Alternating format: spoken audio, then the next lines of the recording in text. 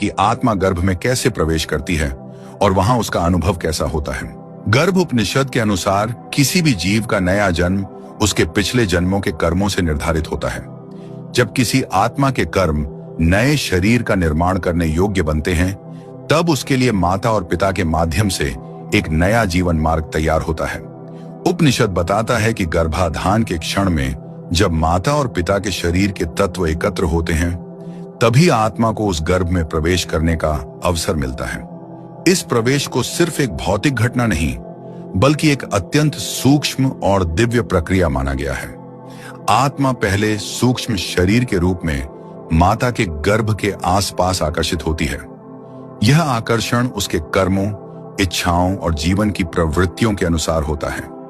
जब गर्भ में स्थित वातावरण योग्य होता है, तब आत्मा गर्भ में प्रवेश करती है और धीरे धीरे बढ़ते हुए नए शरीर से जुड़ जाती है।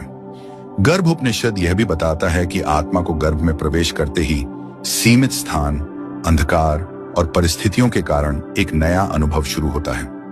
आत्मा अब एक नए अध्याय में प्रवेश कर चुकी होती है, जहां उसे अपने कर्मों का भोग करना होता है और नया जीवन आकार लेता है।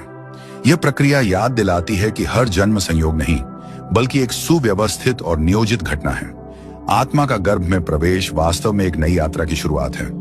एक यात्रा जिसमें शरीर, मन और चेतना तीनों मिलकर एक नया जीवन बनाते हैं।